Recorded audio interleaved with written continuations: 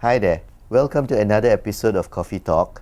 And today we're going to try to do something different by taking a break from the usual talks about the industry and instead focus on the people who make the industry more fairer and vibrant.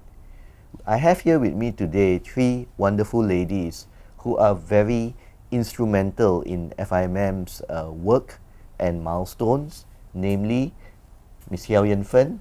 She's my General Manager of Industry Services Division. Dr. Rosliza, she's my General Manager of Corporate Services Division. And Puan Sahlawati, the General Manager of Regulatory Services Division. International Women's Day recently was held on 8th of March, and this year's theme is Inspire Inclusivity. On that note, we are very fortunate at FIMM that almost 2/3 of our workforce are women. FIMM is very fortunate to have these three ladies because they come with a wealth of experience. In Yen Fen's case, she has been in the fund management industry for almost 2 decades and has served many fund management companies in senior position roles. In Dr. Lisa's case, apart from being a doctor, she has also come with regulatory experience and stockbroking know-how. And in Wati, we have the luxury of benefiting from both the financial and capital markets. I just want to start off by asking you one basic question. Because in general, you have been in the industry for quite some time and you have seen a lot of evolution happening. But in terms of women participation, how has that changed since you started working? Maybe I'll start off with Yen Fen first. Thank you, Kaleon. So I've seen significant changes in the workplace over the 2 decades. What I've noticed is that right now we are focused, a lot of companies are focused on building working environments that are conducive for females as well. So on top of having more female workforce in companies that I've worked with, that I've noticed, companies are also focused right now on building or supporting the female workforce by introducing work from home arrangements, flexible working hours, so that they can continue to also stay in the workforce when they progress through different stages of their lives, when they become a working mother. So that's what I've seen. So you feel that it's more facilitative for women now? That's right. More understanding as well. So having heard from Yen Fen about her personal experience, let's go for a statistical journey with Dr. Lisa now, who is going to share with us on how women participation has evolved statistically. Thank you, Kaleon. Talking about statistic, I mean, being a doctor, I have to play with numbers as well, to mention over this conversation. Yen Fen covered on the domestic aspect, in terms of her experience, personal experience in the industry. Well, I would like to offer, some perspective to the readers in relation to the global workforce participation, the global female workforce participation around the globe. So generally, there is a report published by the World Bank that states about more than half, or to be exact, about 53% of women participation in the global workforce compared to male, which is around 80% over the last 3 decades. So there is an evolution, there is an increasing trend. This trend is also similar to the Malaysian context, where we also have about similar percentages. In our company, in FIMM perspective, we are even better in terms of having a women's participation in the industry. And in the context of FIMM, about 2/3 of our employees are female, and they do hold various key positions and leadership position in the organization. So that coming from FIMM perspective. So if I were to relate to the industry context, Busa also mentioned that women participation, especially in the investment community, about 36% of the CDS account actually comprises women investor. So that is actually an increasing stats to know that there are a lot more women participation in the economic development for for the country.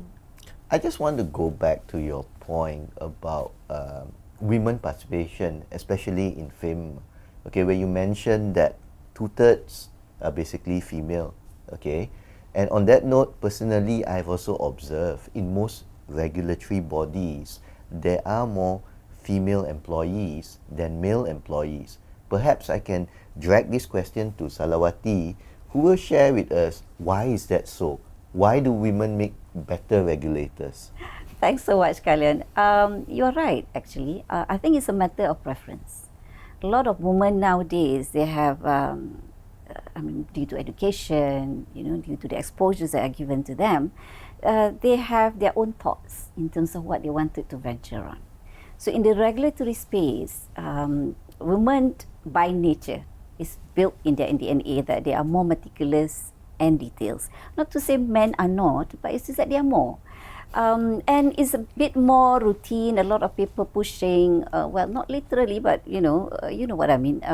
It's just that they have the patience to go and do this kind of a bit more detailed work. So that's the reason why a lot more women are into the regulatory space. But I think nowadays women are very much braver compared to before.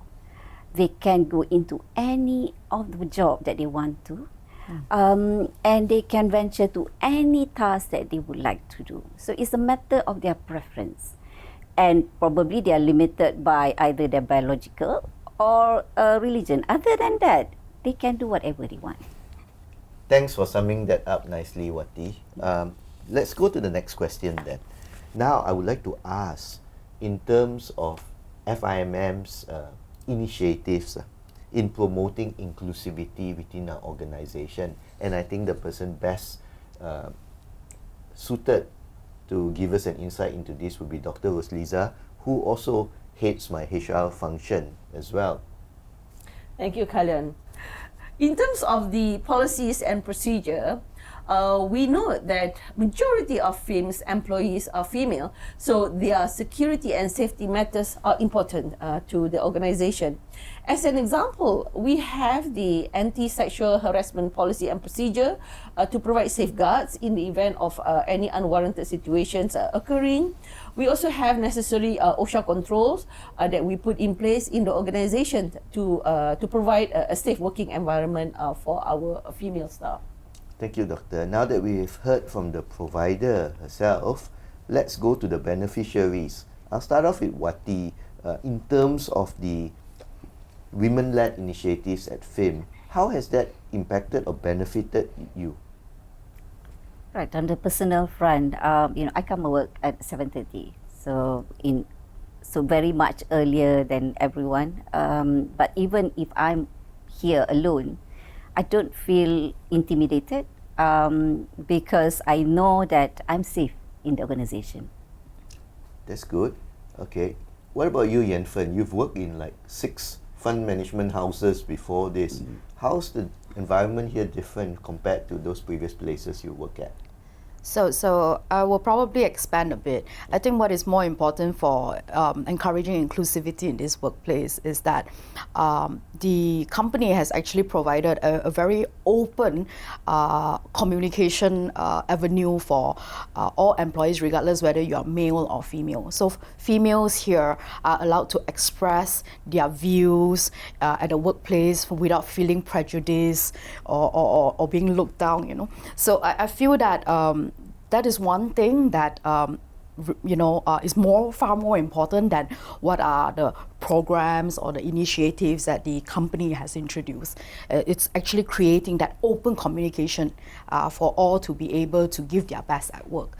And when the staff feels respected or valued, they would want to stay. They would want to be a part of this community or this organization. Thanks, Yen Fen. That was a very good insight about being able to express their views freely. Okay, we've gone through two hard-hitting questions. And if I take a pause here, we've heard about the efforts taken by FIMM in terms of promoting women's participation, in terms of facilitating their contributions within the organization.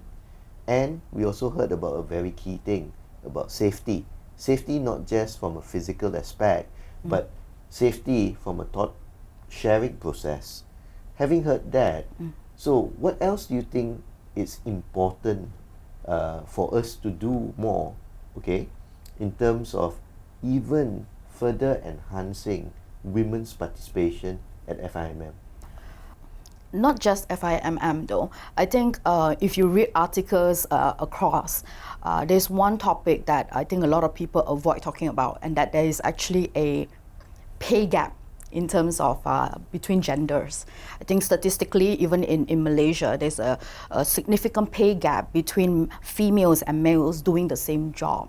So I think if you can take that away, or you can talk about it openly and try to match that to a person's ability to contribute to their work, and then measure that and pay according to that, I think it would encourage a lot more participation from women into the workforce. In other words, gender is no longer a barrier to a female joining a workforce.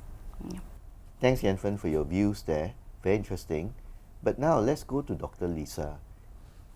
She's instrumental in most of FIMM's policies, procedures, and even incentives. And I believe in arriving at all of those, she has done a lot of benchmarking exercises with external parties.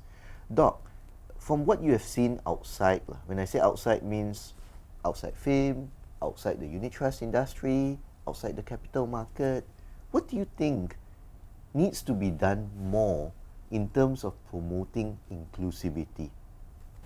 Okay, I only have one key point that talks about accountability. So when you talk about inclusivity or gender diversity, it's a big agenda. And to have that commitment, we would like the commitment from the senior management team, the top leadership team, to walk the talk. Because there is no point in stating a number of metrics, but without the senior management team or the top leadership emulating or participating in any initiative that promote inclusivity. Thank you, Doctor. And on that note, I'll pass it over to Wati to give her views about inclusivity. I just want to take a quote from our directors. What he said is, what get measured, get done. Right? So I think that's resonates well in terms of what's going on here. I think what the government has done to introduce 30% women participation in the organisation is actually very well, very good. But it's just that knowing human in general, we try to meet the minimum. We don't go beyond what's the minimum unless is necessary. So on that note, I hope that the numbers will probably can be increased to encourage more women participants in the industry, and that will then encourage all companies to then adhere and get women more in the industry. Thank you, Wati. Very deep thoughts indeed. Now, my final question is, what advice would you give to young women who are entering or seeking an opportunity into the capital market? And I'll start with the youngest among you all. Maybe Wati, you would like to take this question first. I think women, just be brave. You have to follow your passion. There's bound to be a crossroad, in the future whereby you need to choose certain path. Whether you want to go for your passion or whether you want to go, for whatever reason. But I would recommend that you should follow your passion because it's going to last long. You'll do better. You feel happier. That's my advice, Kaleon. Thank you, Wati. Very motherly. I'll go to Yen Fen. My advice to young women who are seeking to enter the asset management or fund management industry is, number one, have confidence in your abilities. Number two, to do that, invest your time in learning and building up your skills. With that, you can navigate challenges and seize opportunities effectively. And then number three, remind yourself that you are unique, your views count, and they are valuable to the growth of the company. Dr. Lisa? For the newbie that is trying to enter into our industry, remember, you are actually a piece of white paper.